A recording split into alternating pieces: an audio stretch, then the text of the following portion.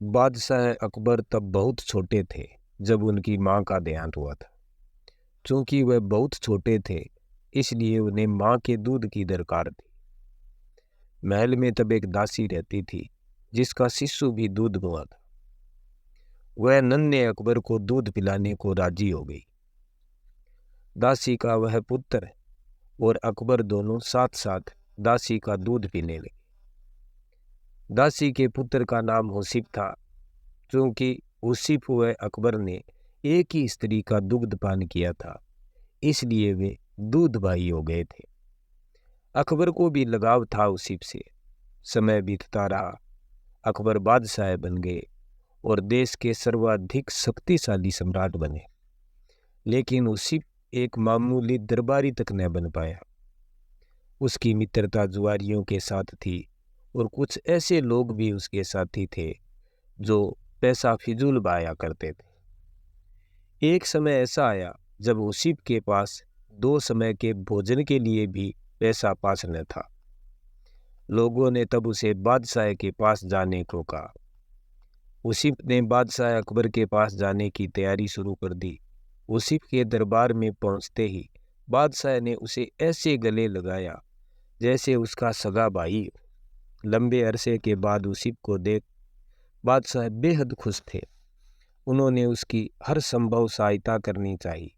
हुसीब को अकबर ने दरबार में नौकरी दे दी, रहने के लिए बड़ा मकान, नौकर चाकर, घोड़ा गाड़ी भी दी। निजी खर्च के लिए एक मोटी रकम हर महीने उसको मिलती थी।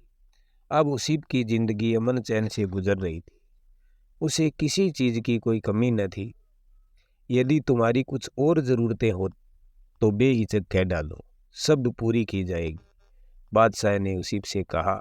तब हुसीब ने जवाब दिया कि आपने अब तक जितना दिया है वह काफ़ी है शाही जीवन बिताने को।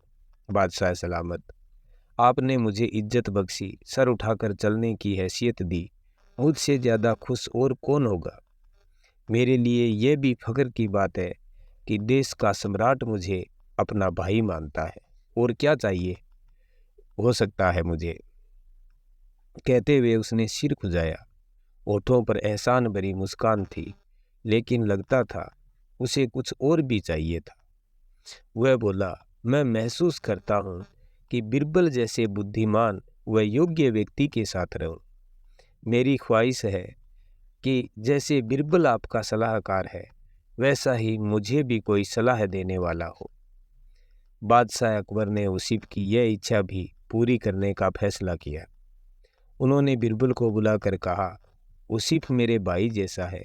मैंने उसे जीवन में सभी ऐशो आराम उपलब्ध करा दिए हैं, लेकिन अब वह तुम्हारे जैसा योग्य सलाहकार चाहता है।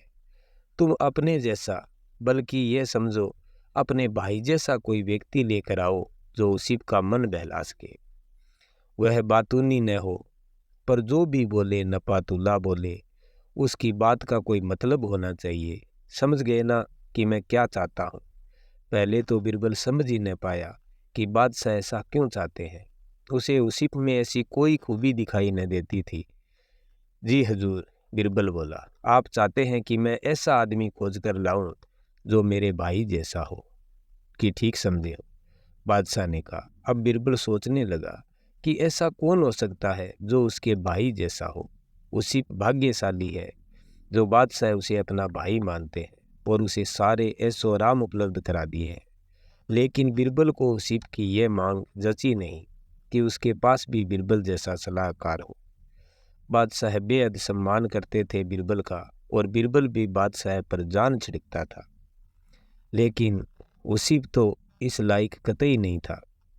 अब बिरबल सोच ही रहा था कि समस्या को हल कैसे किया जाए। तभी पास की पशुशाला से सांड के रंभाने की आवाज़ आई। बिरबल तुरंत खड़ा हो गया। आखिरकार उसे अपने भाई जैसा कोई मिल ही गया था। अगले दिन उस सांड के साथ बिरबल महल में जाकर अकबर के सामने खड़ा हो गया।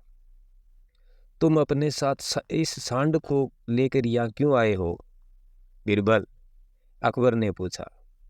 यह मेरा भाई है बादशाह सलामत, बिरबल बोला। हम दोनों एक ही माँ का दूध पीकर बड़े हुए हैं, गौ माता का दूध पीकर। इसलिए ये सांड मेरे भाई जैसा है।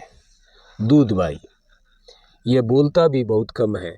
जो इसकी भाषा समझ लेता है उसे यह कीमती सलाह भी देता है। इसे उसीप को दे दे।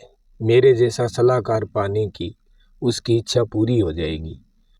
बीरबल का यह उत्तर सुनकर अकबर को अपनी गलती का एहसास हुआ। तब उन्हें लगा कि जैसे उन जैसा कोई दूसरा नहीं, वैसे ही बीरबल भी एक ही है।